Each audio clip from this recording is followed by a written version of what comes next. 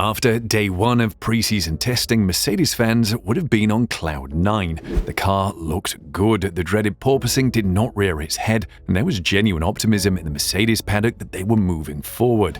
Fast forward to the end of day two, and Mercedes woes were back after an embarrassing day of testing. This time, it was not the dreaded porpoising, but something much different and an issue that Mercedes are not used to dealing with.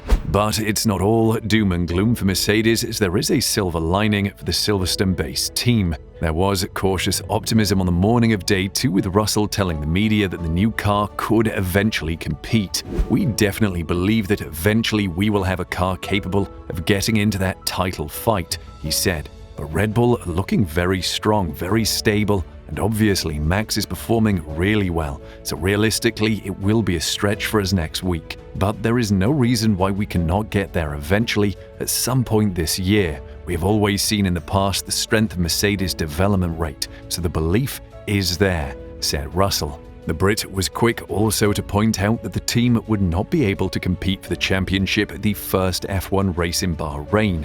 It's widely known that Mercedes will be updating and bringing changes to their cars later in the season, with Ted Kravitz saying that Mercedes could have two cars in the works. According to him, a Plan A car and a Plan B car, the Silver Arrows giving the zero-pod design one last go before they do a complete revamp. Due to budget constraints, we're still determining if this is feasible or possible. We are not sure it is Plan B territory yet for Mercedes, but Kravitz delivered a pretty damning message to Mercedes, with the Sky Sports presenter saying this: "Is this essentially a good car?" Happily for Mercedes, the answer to that question is yes, it is. But that doesn't mean you can completely put away the idea of running it low to the ground, and then you might get the dreaded porpoising that blighted their season last year. So to avoid that, they've got to raise the car a little bit, and then to still make it fast, they need to add some downforce on the wing. That creates the drag, and that's the problem for them. It's a vicious cycle, said Ted. And the cautious optimism of Mercedes slowly faded on day two of testing, with the day going from bad to worse. Lewis Hamilton complained of struggling with the W14 in the morning, finished the morning down in 8th place, and appeared to be battling with an oversteering car. The Briton did not set a competitive lap time, but completed 72 laps in Bahrain, with Mercedes running reliably, albeit erratically. Toto Wolff had this to say when queried about why the car was struggling so much. "The car is out of balance this morning, and you can see that when driving, it's leaving black marks on acceleration," commented Wolff to F1 TV. "It's hot, and we just didn't find the right setup for these conditions, which I guess is part of the learning with a new car. It's not because the driver is overdriving the tires or pushing, it's the car that doesn't give you enough grip from the rear.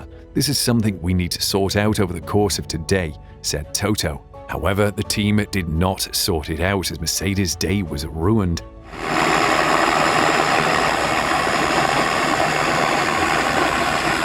Russell suffered a hydraulic failure as he made his way around the circuit before grinding to a halt to bring out the red flags. The issue came at the end of an unremarkable day of running for the Silver Arrows, who lost around 90 minutes of testing time in optimal track conditions due to the incident. Former F1 racer Anthony Davidson said on Sky Sports coverage, "It would make sense that he's stuck in 4th gear because the hydraulics controls the gear shift mechanism along with the power steering. He had no clutch, and that's also controlled by hydraulics. He's got the green light on top of the car as well, so it's not a hybrid issue." The team later said on Twitter, "We've confirmed it was a hydraulic failure that caused George's car to stop on track." As a team known for their reliability, this is not a good sign, with George Russell confirming the problem that Toto Wolff highlighted in his interview around the issues they are currently facing at Mercedes. "The entry phase has been improved," Russell said. "I think it's no secret when you're watching the onboard videos that we are struggling a little bit with the balance, struggling a lot in the mid-corner. According to Autosport, with the balance and the grip being off for the Mercedes, it appears there is a more significant issue." Mercedes held an emergency meeting after the second day of testing to try and get to the bottom of the day's events. These issues may be more significant than we first thought. Trackside engineering director Andrew Shovlin, who was seen in deep discussion with team boss Toto Wolff after the session, said, "We've not had a strong second day. Stopping on track with a reliability issue wasn't great, and we have struggled to get the car balanced well across the changing conditions." We've got some investigations going on to understand why this has been such a challenge today, when yesterday was fairly straightforward. This work will continue into the night, and no doubt we'll understand more come the morning. It will be interesting tomorrow to see if we can understand the drop in performance and mitigate the lost track time.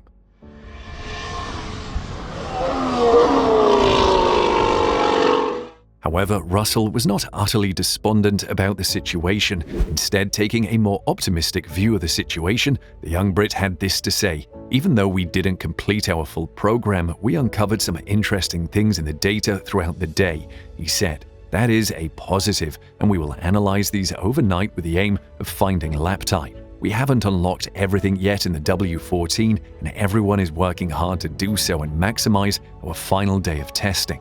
Now, we are not sure what Mercedes are hiding, but we're pretty sure they will have more than one trick up their sleeve. And when we are in an engine freeze, little things can make the biggest difference. One thing that we can be sure of is that they will be their utmost to sort out the issue before Bahrain." And now, it wasn't only Mercedes that struggled on day 2 of testing. Red Bull also suffered from a potential problem they will want to eradicate before Bahrain. And let us not forget, this was not a happy hunting ground for Red Bull in 2022, with both drivers having to retire from the race due to fuel issues. Verstappen was forced to return to the garage at one stage before the Red Bull mechanics took the floor off the car to inspect the problem. The Dutchman did return but could only complete 49 laps. Only Russell completed less than him. The Austrian team will be desperate to eliminate any teething issues with a productive day on Saturday before the action begins for real. And perhaps the biggest winners of Day 2 were Ferrari, with the Maranello-based team making drastic changes to its strategy team to help combat the errors that plagued them last season, with Carlos Sainz taking 2/10 off Max Verstappen's leading lap time in the morning. Later, this was surpassed surprisingly by Zhou Guanyu. The Spaniard was delighted, having this to say: "It was smooth, very smooth. To be honest, I'm quite happy with how we've able to run, the quantity of tests that we've managed to do over these first few days, exploring the limits of the setup, trying to put the car in different places and learning a lot from it. It was a target that I had from last year that I know we couldn't do, and this year so far I'm managing to do it. It feels like an evolution of last year.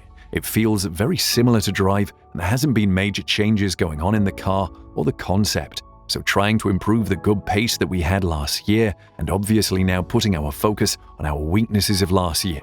Mercedes will need to sort out their issues sooner rather than later, as both Ferrari and Red Bull will most certainly be hitting the first Grand Prix at full speed. We are sure Mercedes does not want to be in no man's land again." What do you think? Is Mercedes in trouble?